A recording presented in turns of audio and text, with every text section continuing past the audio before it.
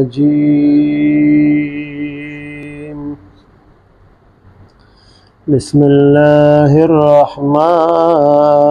الرحيم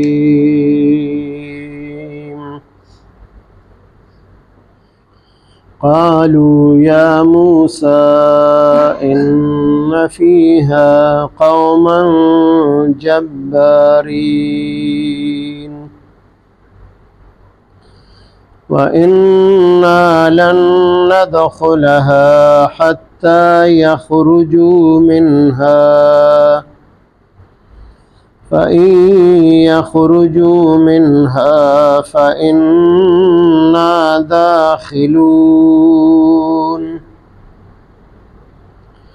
قال رجلان من الذين يخافون أنعم الله عليهم ادخلوا عليهم الباب فإذا دخلتموه فإنكم غالبون وعلى الله فتوكلوا إن كنتم مؤمنين آمنت بالله صدق الله مولانا العظيم.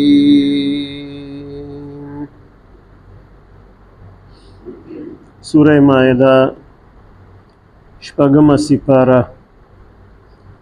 آیات نمبر 22-23.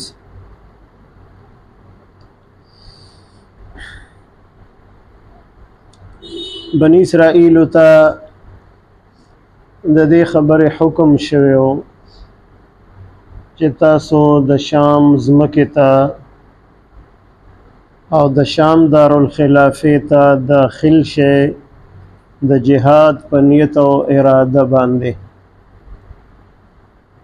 دغه علاقه الله پاک ستاسو دپاره مقرر کړې ده، دا به تاسو ته میلاویږي. تاسو نیت او اراده وکړئ د جهاد په نیت لاړ شئ. الله پاک به تاسو سره مدد وکړي او تاسو به په دشمنانو باندې غالب کړي. دوی هغه علاقې ته د تللو نه انکار وکړو. ایمنګ هلته نه ځو. ولې نه ځو؟ چې په دغه ځای کې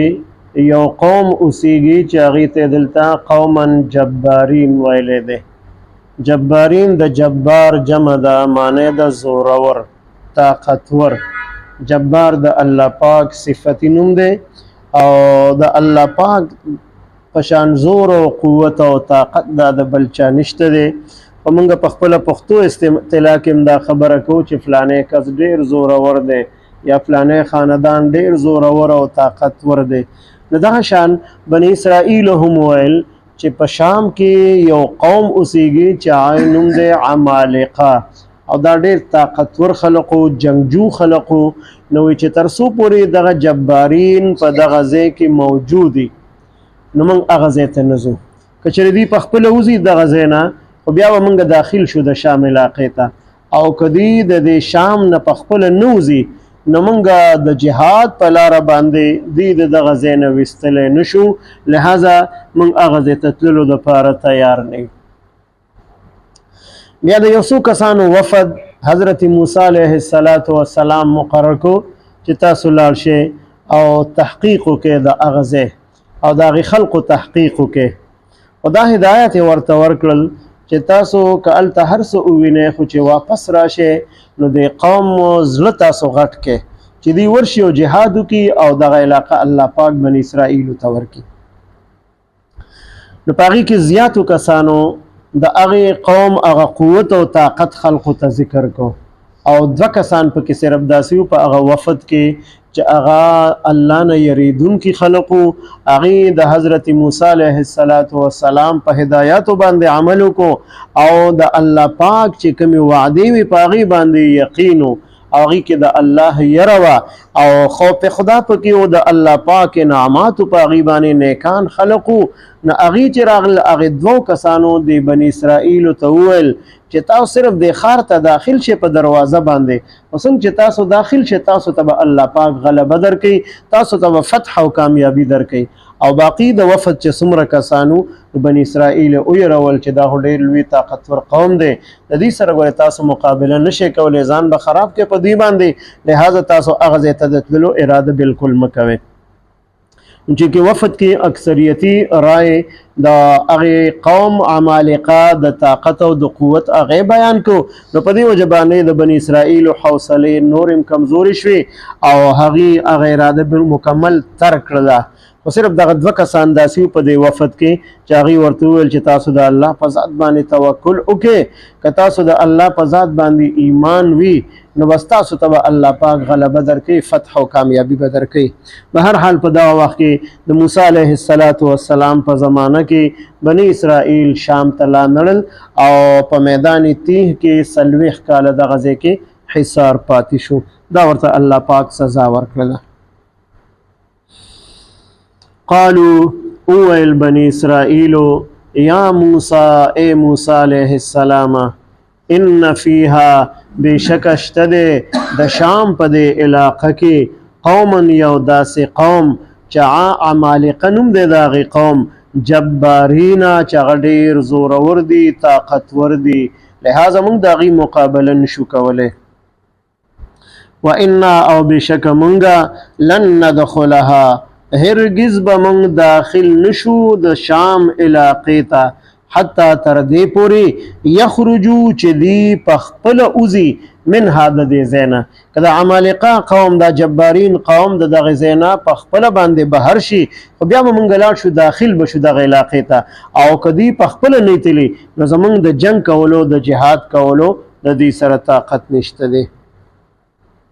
فإن يخرجوا منها کچری دی په خپل اوزي من هذا د زینا فإن داخلون نو بشک چې مونږ به داخل شو د غزې ته بیا مونږ د غزې ته ورشو او کدی په خپل نه وتلی بیا مونږ نشو تللی نو حضرت موسی علیه السلام د یو څو کسانو وفد جوړ کو او هغه اولیګل د عمالقه قوم د حالات معلومولو دپاره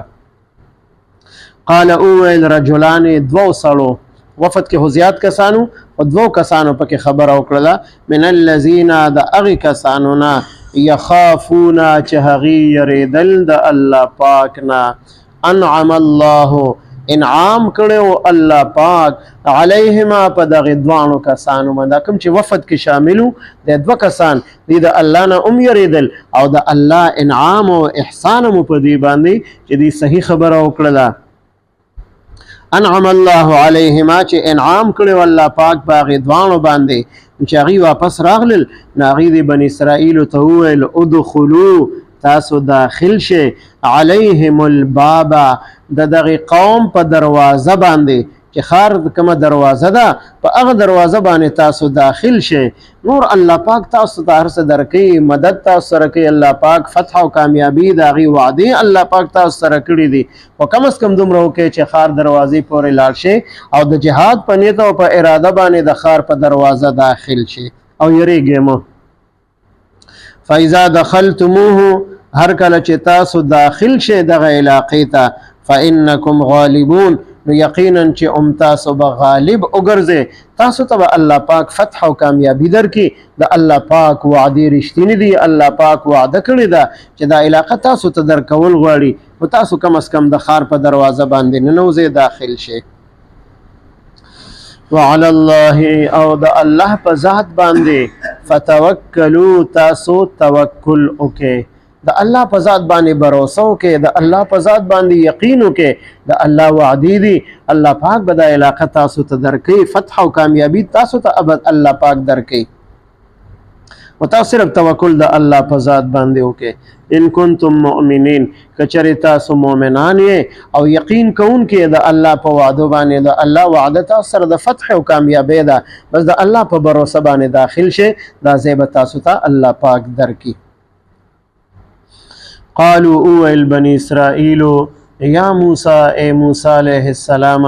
ان فيها یقینا شته په دې علاقه کې قوما جبارین یو قوم چې ډېر زورور دی عمالقه قوم دی وانا لن ندخلها او یقینا چې موږ به هرگز داخل نشو دې علاقې ته حتی تر دې پورې یخرجو چې بهر شي